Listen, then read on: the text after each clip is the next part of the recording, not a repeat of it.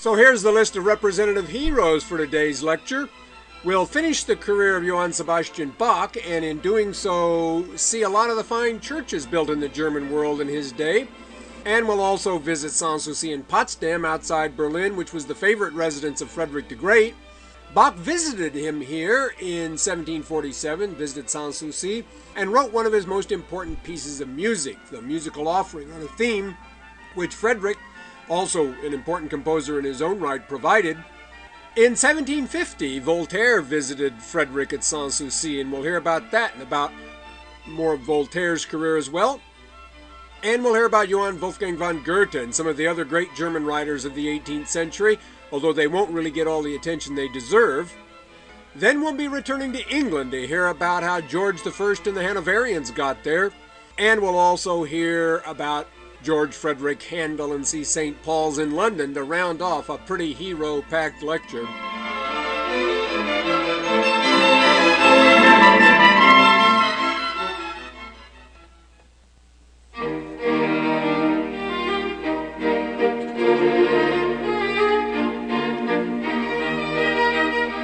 So last time at the end I was talking about the career of Johann Sebastian Bach, and as we heard, he was hired to become the music director at the Thomaskirche in Leipzig with other duties as well. And in the course of his 27 years in that post, he wrote some 300 cantatas, the B minor Mass, the St. Matthew Passion, and all sorts of other religious and secular vocal and instrumental music.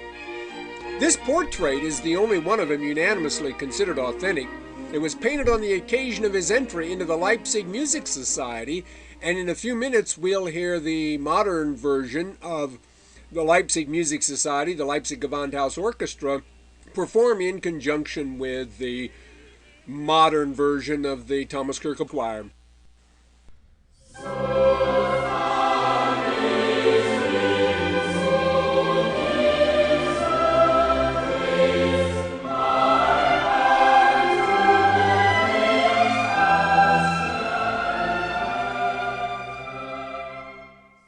In conjunction with his treatment of Bach's career, and we'll hear more of his music shortly, we're going to be looking at some of the great buildings of the German world put up in his day. And in the early 18th century, Jakob Prandtauer rebuilt the abbey at Melk, which you see here above the Danube, about 50 miles west of Vienna. As I've said before, this is a secular century, but it saw the building of some of the largest and finest abbeys ever constructed. This is not altogether an inconsistency, however. The church with a capital C was still rich and owned much of the most valuable land in Europe, and abbots and bishops were no less interested in building fine things than they were in the days of Bishop Maurice de Sully of Paris and Abbot Suger de Saint Denis. Someone has said that the love of glory is the last desire a monk gives up, and some of them never gave it up at all.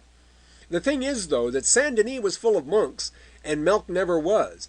It was built to house 1,000 monks, and probably never had more than 100. St. Florian, which is just as big, and which we'll see in a minute, had only 18 monks by 1780.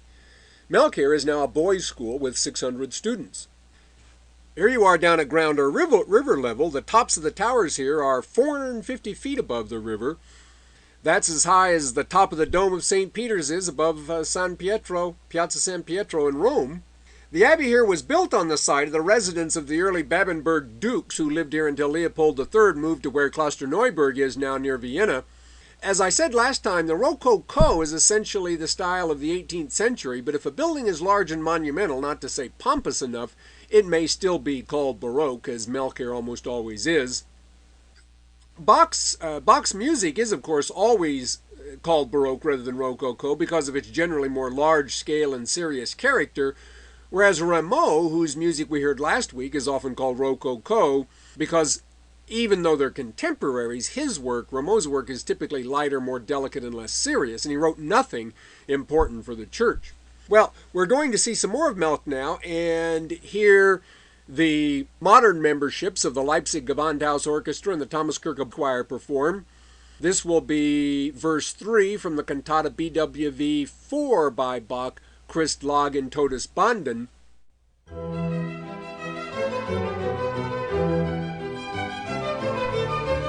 This is the library.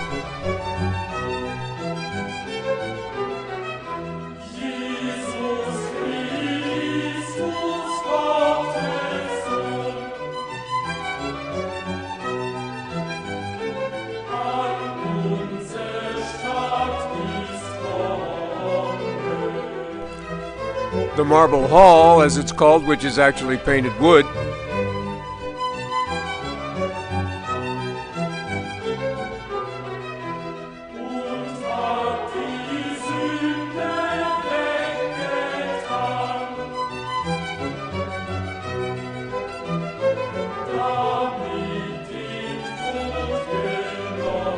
The nave of the church.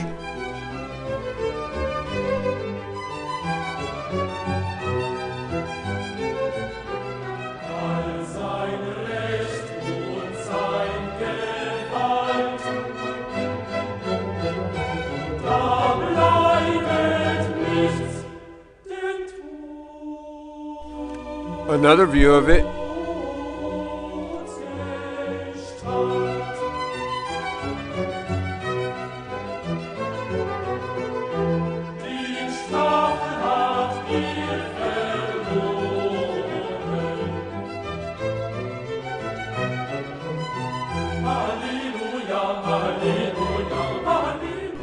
And the altar of Peter and Paul, to whom the church is dedicated.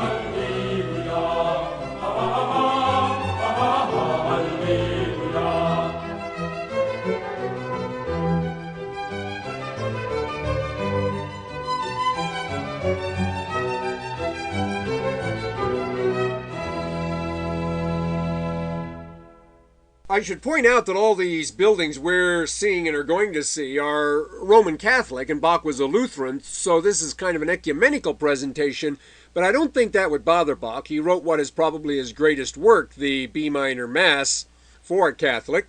Protestants generally, of course, made a virtue of plainness in their churches, although there are exceptions. We'll see the most impressive church ever built by Protestants, St. Paul's in London, later.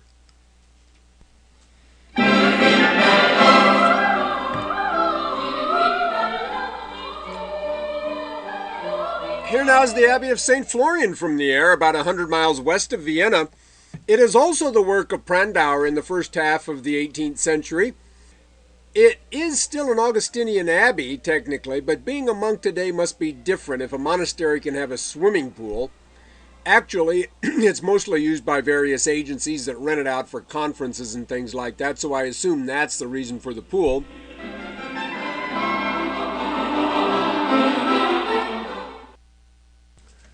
There are a few abbeys like this in France or England. The Reformation, of course, in England pretty much ended monastic activity, and in France, although the 16th century wars of religion were destructive, they weren't as destructive as the 30 Years' War in the Empire, which left many German abbeys in ruins from which they were then rebuilt, not in their original style, but in the style then current. Besides that, however, one has to be pretty much just content to argue that there was something in the German spirit that this sort of thing satisfied.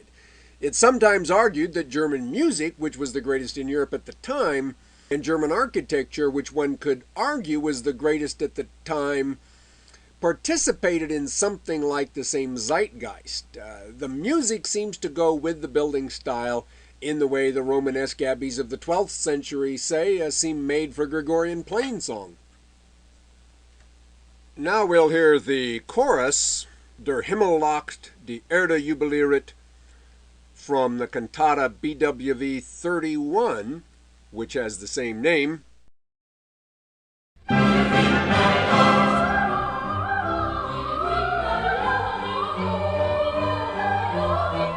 This is the abbey from the ground.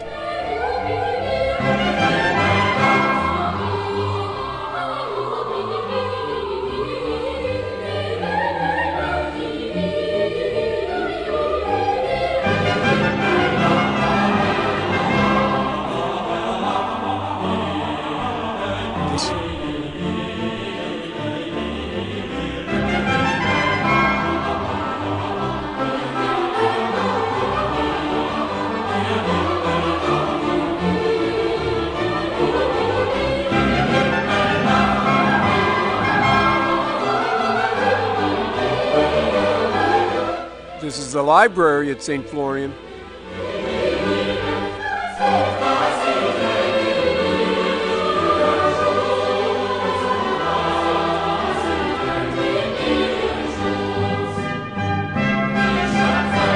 This is the audience hall, decorated more or less in the 19th century style.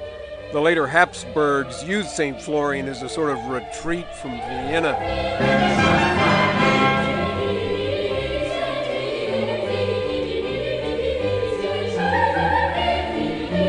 This is the nave of the church now.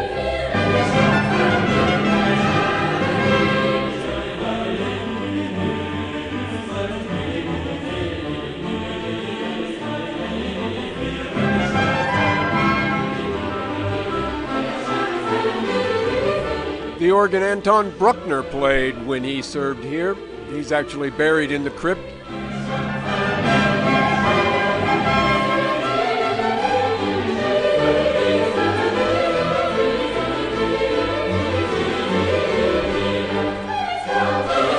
And this is a manuscript of a cantata in Bach's own handwritings.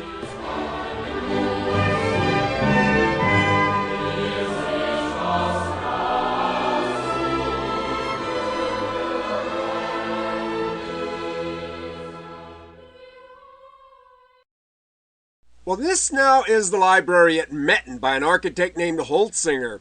Like St. Florian, this was an Augustinian abbey, but I think it would have been hard to be a good student here. This is the kind of library Madame de Pompadour would have liked, suitable for the reading of novels by, maybe Danielle Steele. As I was saying, in most cases these buildings replace old Romanesque or Gothic abbeys, which it's too bad are gone, but in the 18th century, the architecture of the Middle Ages didn't get the same respect that it gets today.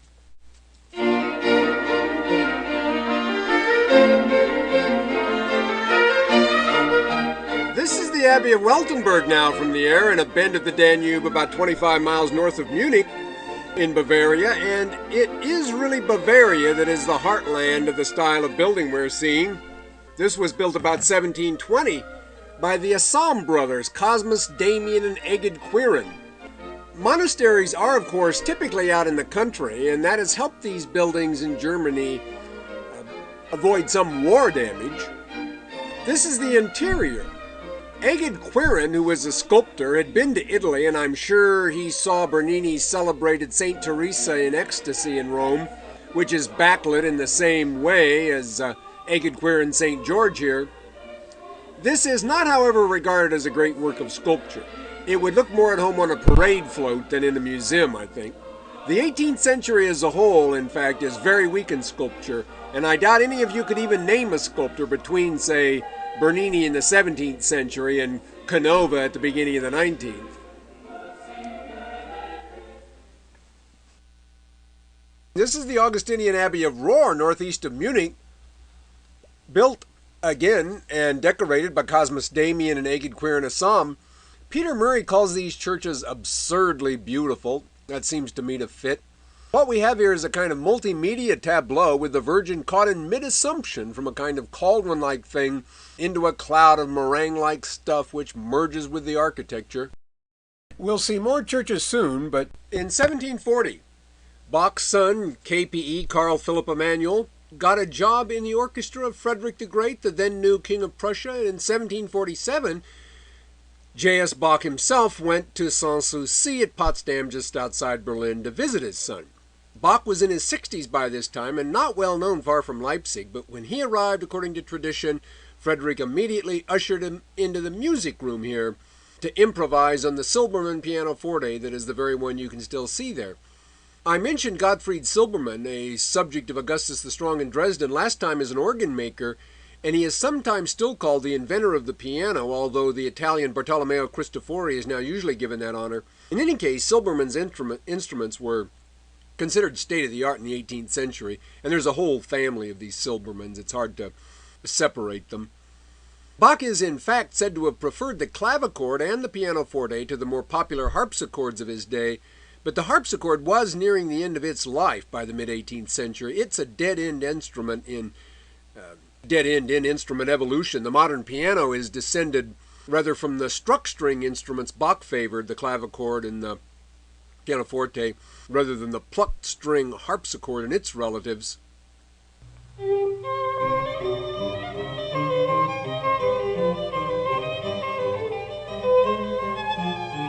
This now is a picture of Frederick the Great, who was a concert-quality flautist and the greatest composer ever, who was also a king.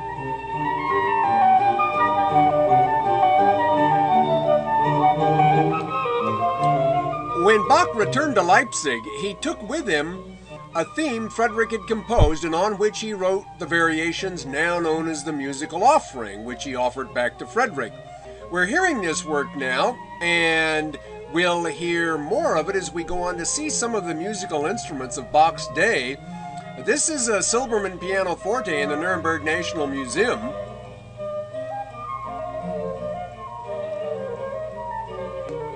This is a harpsichord, actually a spinet. That's what a single keyboard harpsichord is often called, in the Bachhaus Museum back in Eisenach.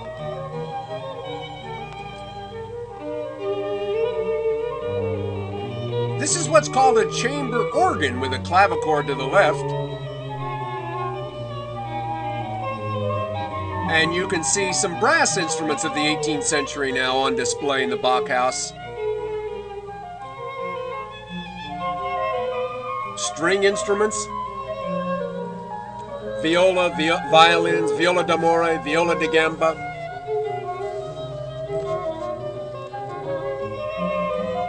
A clavichord.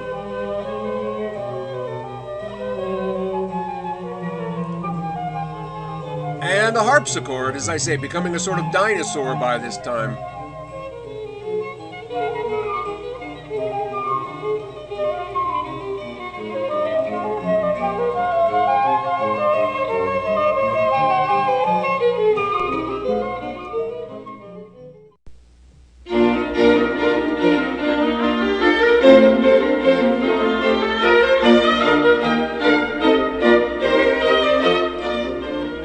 The Abbey Church at Zwiefalten on the Danube north of Lake Constance, and it's the work of the architect Johann Michael Fischer in the middle of the 18th century.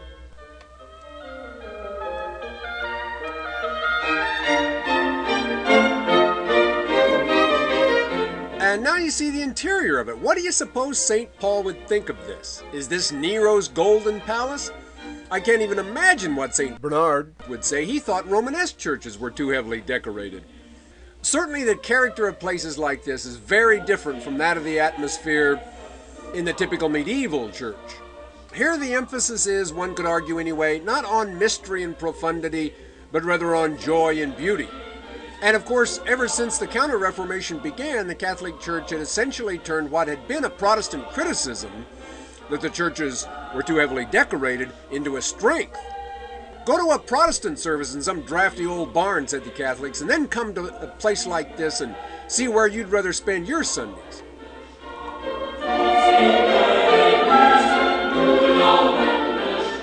And I think more than a few of the separated brethren were won back to the old faith by this tactic. Johann Michael Fischer was involved in the building of some 50 churches, mostly in Bavaria, and his masterpiece is usually said to be Ottoboren here, which is truly a colossal place. Its towers are 50 feet higher than those of St. Paul's in London, and the whole complex is about as long as St. Peter's in Rome. Probably the two works by Bach, which are most universally acclaimed as his greatest, are the St. Matthew Passion of 1729 and the B minor Mass of 1733. The St. Matthew Passion was at least partly performed in Leipzig, but it was not a success. Ironically, it was accused of being too operatic in character. The B minor Mass was not performed in its entirety, at least in his lifetime at all, although parts of it were apparently performed on various occasions in Leipzig. He sent part of it to the court at Dresden as what he called a trifling example of his skill as a composer in the cover letter, but Augustus the Strong had just died, and his one legitimate son was in the midst of trying to get his reign started, and the music was laid aside and forgotten.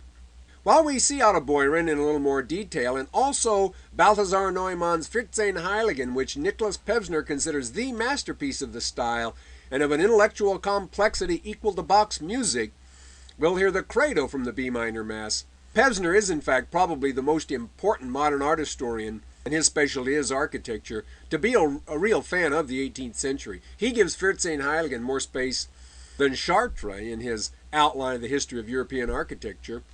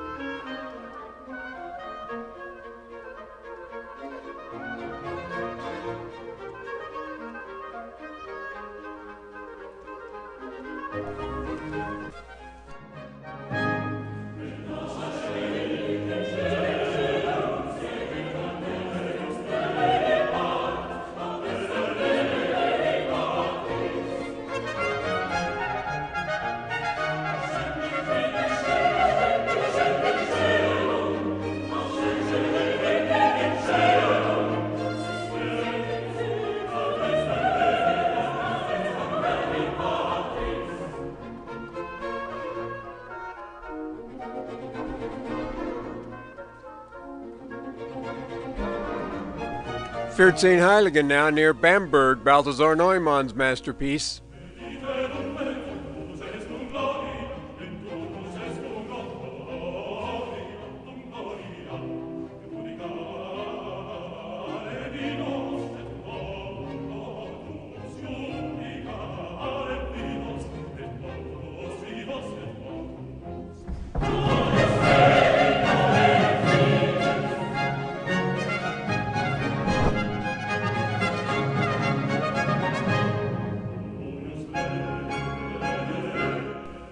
And the nave inside.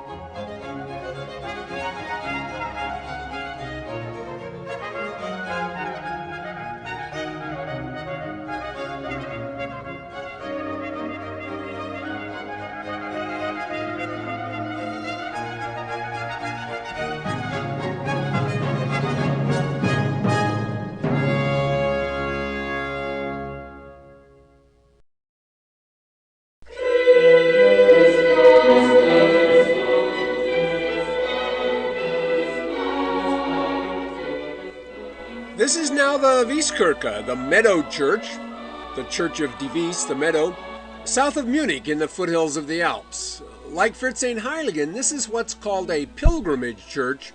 This term pilgrimage church is a bit vague. It's sometimes used to refer to any church that was a goal of pilgrims, but in the narrow sense, pilgrimage churches were built where miracles were thought to have occurred. The story here goes that the monks of a nearby abbey at Steingaden made a statue of Christ flagellated, Christ at the whipping post, and it was thought too ghastly, so it was put away until a farm woman somehow acquired it, and on the night of June 14, 1738, she observed tears on the face of the statue.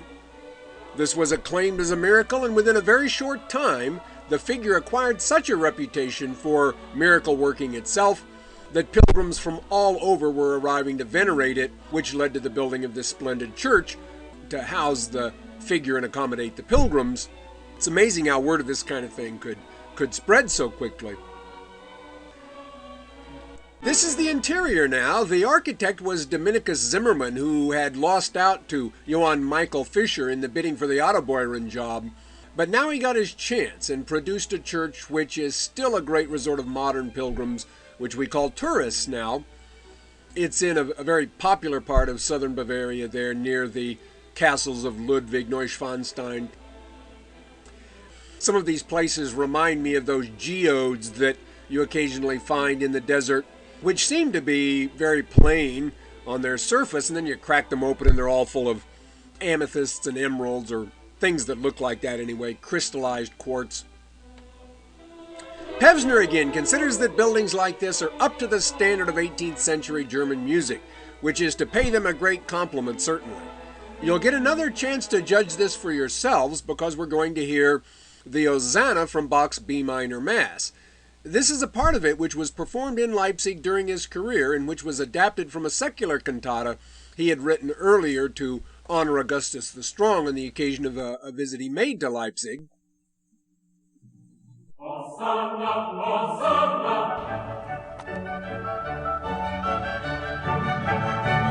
Hosanna.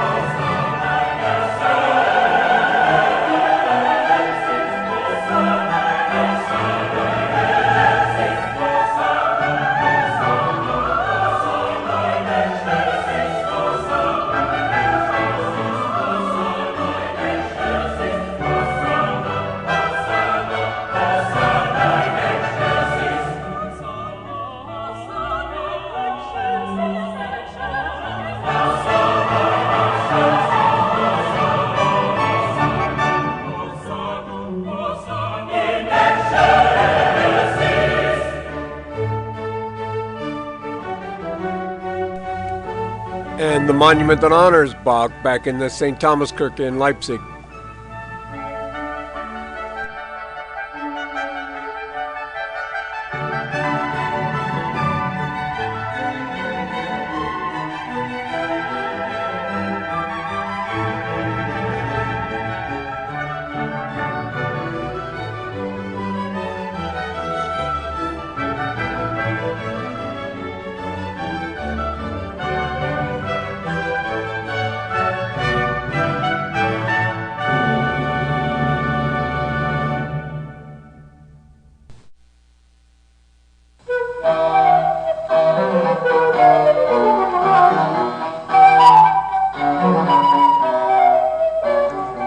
In this picture you see Frederick the Great's Palace of Sanssouci, and that means carefree.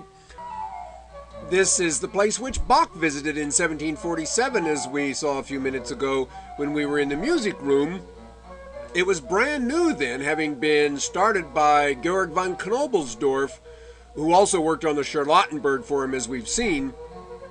And you're hearing Frederick's own work now as a composer. This is his Flute Sonata number 7. He wrote a total of some 4 flute concerti and over 100 flute sonatas, 104 I think, and all sorts of other music as well. Busy fellow. The Charlottenburg was the main palace, but Frederick really preferred this smaller scale, although that's a relative term, retreat in Potsdam, a short distance from Berlin. In 1750, Voltaire visited him here, and it's interesting to speculate about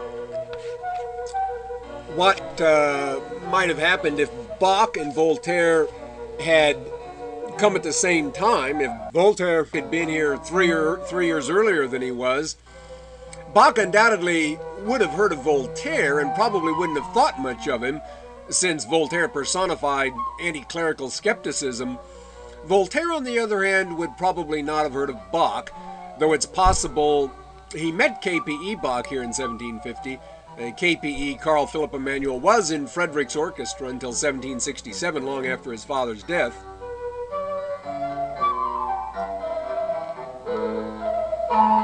The last time we heard about Voltaire, he had just taken the ring off Madame du Châtelet's finger and found her other lover's picture in it. He had then renounced women forever, again, and come here to visit Frederick, making, as Louis XV put it, just one more madman in Berlin. And there were few women around Frederick. He was a notorious homosexual and had been nearly killed by his father for it. He was married and treated his wife with formal respect, but they had no children. Here's the facade now of Sanssouci closer up. Knobelsdorff was fired by Frederick before this project was finished, and Frederick himself is sometimes considered the real architect of it.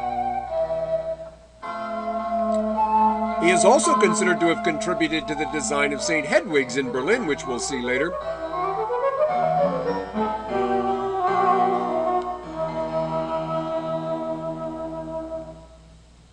Frederick certainly was one of the most remarkable men of his age. He was an important composer, as I've said and as we've heard.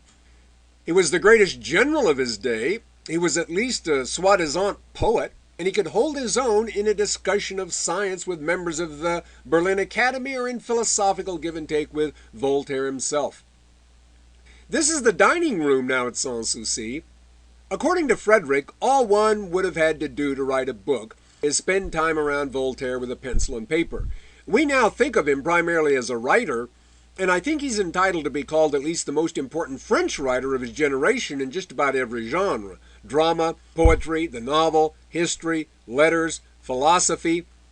Although he was no Molière, Villon, or Proust.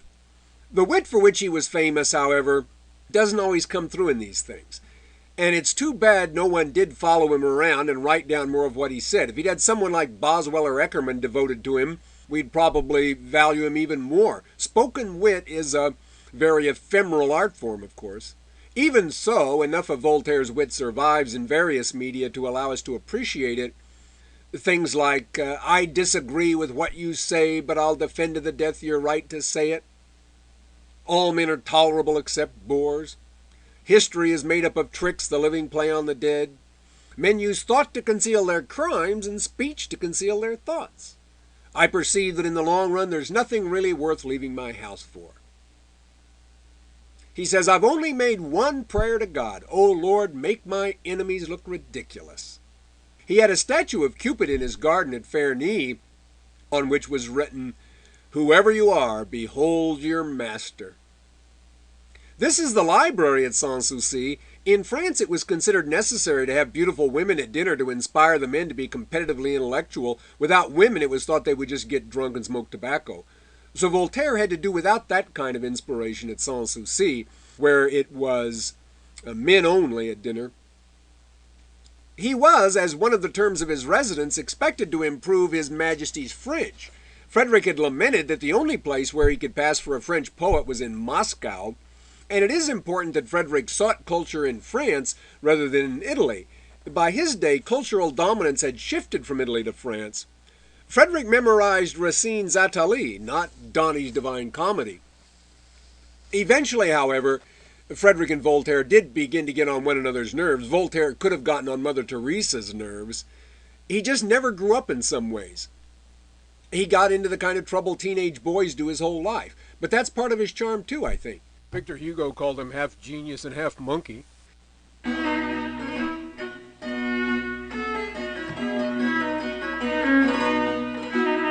You're hearing some of the music of K.P.E. Bach, Carl Philipp Emanuel Bach, J.S. Bach's son who worked so long for Frederick. And in this engraving, you can see Frederick and Voltaire discussing something.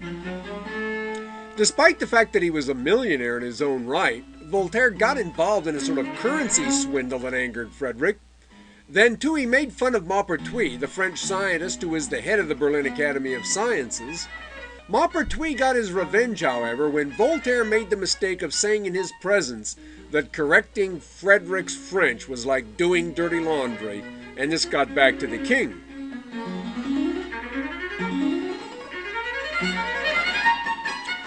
Frederick then called Voltaire a nasty, lying little bandit, and Voltaire called him an enlightened despot only to those who didn't know him well, and a pirate who thinks he's Alexander the Great.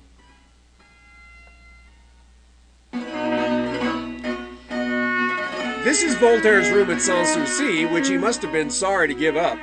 But in March 1753, he abruptly fled, taking with him some scurrilous poetry Frederick had written about the prominent women of his day, including Madame de Pompadour and Catherine the Great.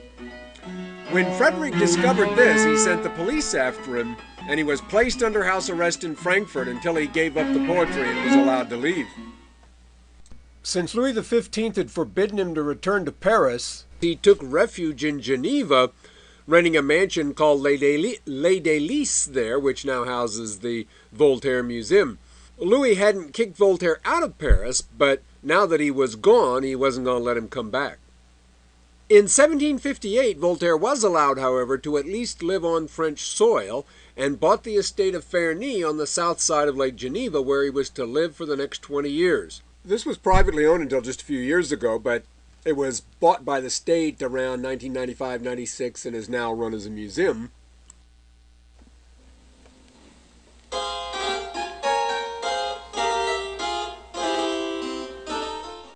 The year after he moved here, he wrote the only work he was ever to write, which is ever read outside a college classroom, Candide. Will Durant calls Voltaire the most brilliant writer ever, but that would be a hard claim to defend. This is his most popular work, and it's not that widely read, as I said. Like Samuel Johnson, about whom we'll hear more later, and despite his literary accomplishments, he is remembered more as a person than as an author. But Candide is worth reading, though unless you know something about the context in which it was written, a lot will be missed. His immediate inspiration for it was the Lisbon earthquake of 1755 that killed about 20,000 people. Most of us are, as Gibbon says, cold to the relation of distant misery, although Madame de Pompadour apparently gave up wearing makeup for 2 weeks in memory of the victims. I don't know how concerned Voltaire himself actually was about the victims, but as he saw it, things like devastating earthquakes were hardly consistent with a view that God's in his heaven and all's right with the world, as Browning was to put it, and which view Voltaire attributed to Leibniz. the great mathematician and philosopher who was the head of the Berlin Academy of Sciences in the early 18th century.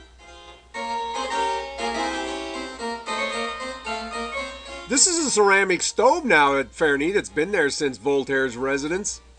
Just saying such a thing as it's part of God's plan to account for disaster was not satisfying to Voltaire. This is the age of reason now, the Enlightenment. And so a reason is wanted. Rousseau, in defense of God, said that if the people of Lisbon had been living the natural life out in the woods where they belonged, this wouldn't have happened.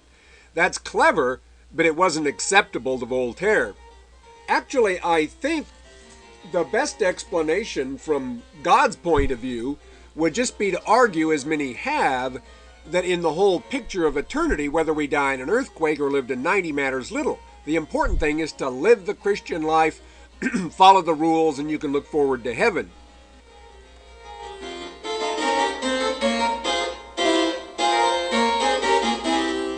Here's a portrait of Voltaire by Maurice Quentin de la Tour at Ferney.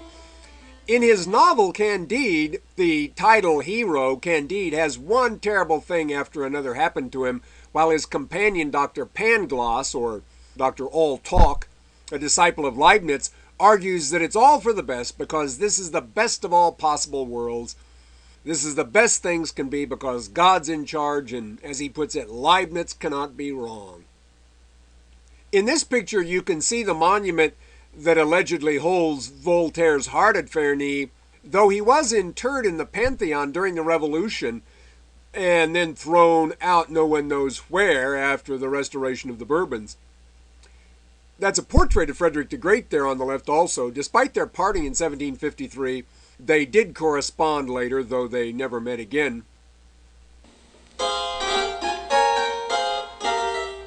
In 1778, after a 28-year absence, Louis XVI allowed him to return to Paris. He was 84 by this time, and we'll see about the end of his life and go on to hear about the 7 Years' War, George I, and George Frederick Handel after the break.